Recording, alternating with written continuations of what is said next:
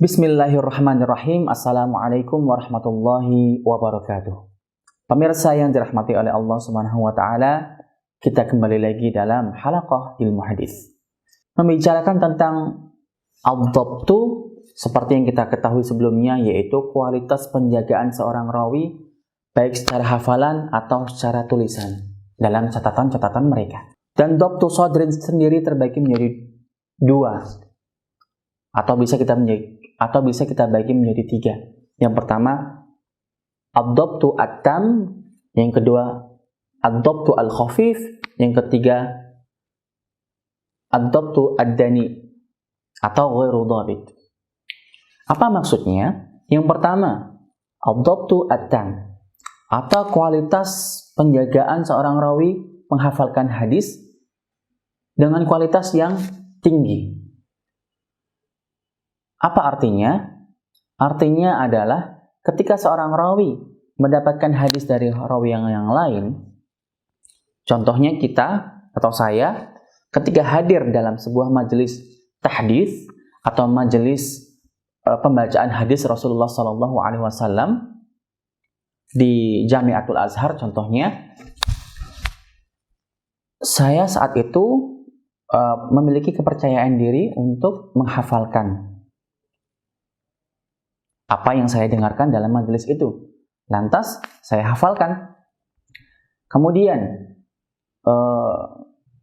ketika saya suatu saat di luar masjid atau suatu saat yang lain, di waktu yang lain, ketika saya ditanya tentang hadis yang saya dapatkan dalam majelis tersebut, di Jamiatul Azhar tersebut, saya langsung dapat menyampaikan dengan baik dan benar.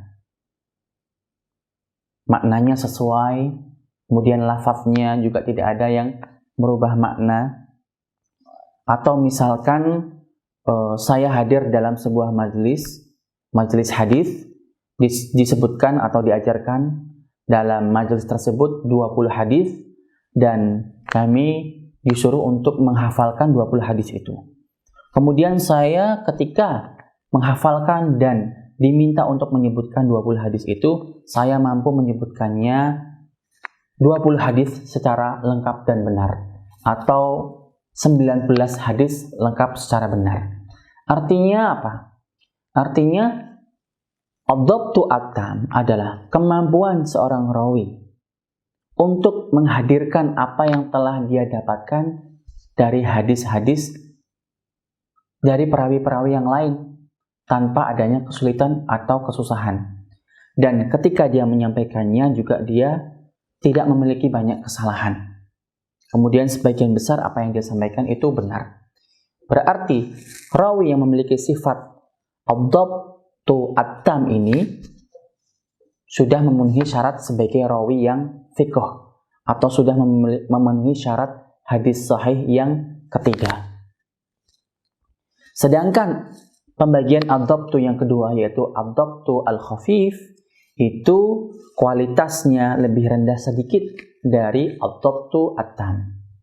Kita bisa sebut seorang rawi yang memiliki kemampuan atau sifat ad-dhabtu at-tam dengan rawi yang thiqah. Sedangkan kita bisa menyebut rawi yang memiliki kemampuan ad-dhabtu al-khafif dengan rawi saduq. Sedangkan kita bisa menyebut rawi yang tidak memiliki ad-dhabtu atau ghairu dhabit, tidak pandai dalam menghafalkan, atau ketika menyampaikan hadis yang dia dapatkan dari gurunya memiliki banyak kesalahan atau menyimpang atau bertentangan dengan riwayat-riwayat lain, berarti dia tidak dhabit, ghairu dhabit, atau kita namakan rawi yang dhaif. Pada pembahasan sebelumnya, di syarat yang kedua hadis sahih, al-adalah atau sifat adal, atau rawi yang memiliki sifat ketakwaan, sisi keagamaan yang baik sebagai muslim yang baik. Dari mana kita dapat mengetahui sisi keagamaan, atau dari mana kita dapat mengetahui seorang rawi memiliki sifat adal atau seorang rawi yang adil?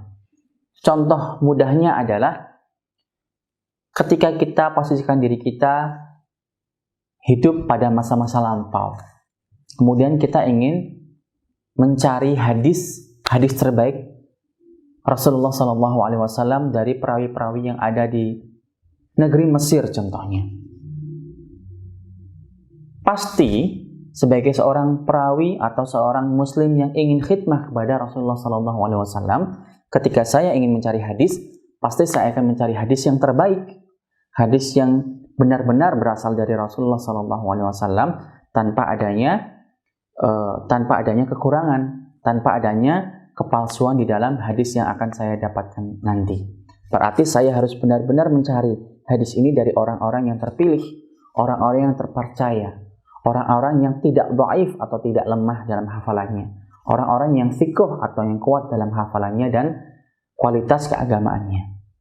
Ketika saya datang ke Mesir contohnya, ingin mengambil hadis dari para perawi, dan saya ingin mencari hadis yang sahih. Berarti ketika saya ingin mengambil hadis, saya tidak serta-merta mencari dari orang-orang yang tidak saya kenal. Minimal saya harus mengetahui bagaimana sifat perawi yang akan saya ambil hadisnya.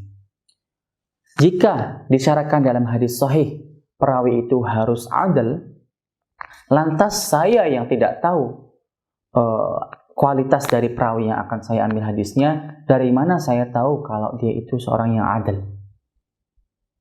Atau artinya ada pertanyaan di sini. Bima tathbutu adalatur ruwah atau adalatur rawi. Dari mana diketahui keadalahan seorang rawi? Jawabannya adalah dua. Yang pertama,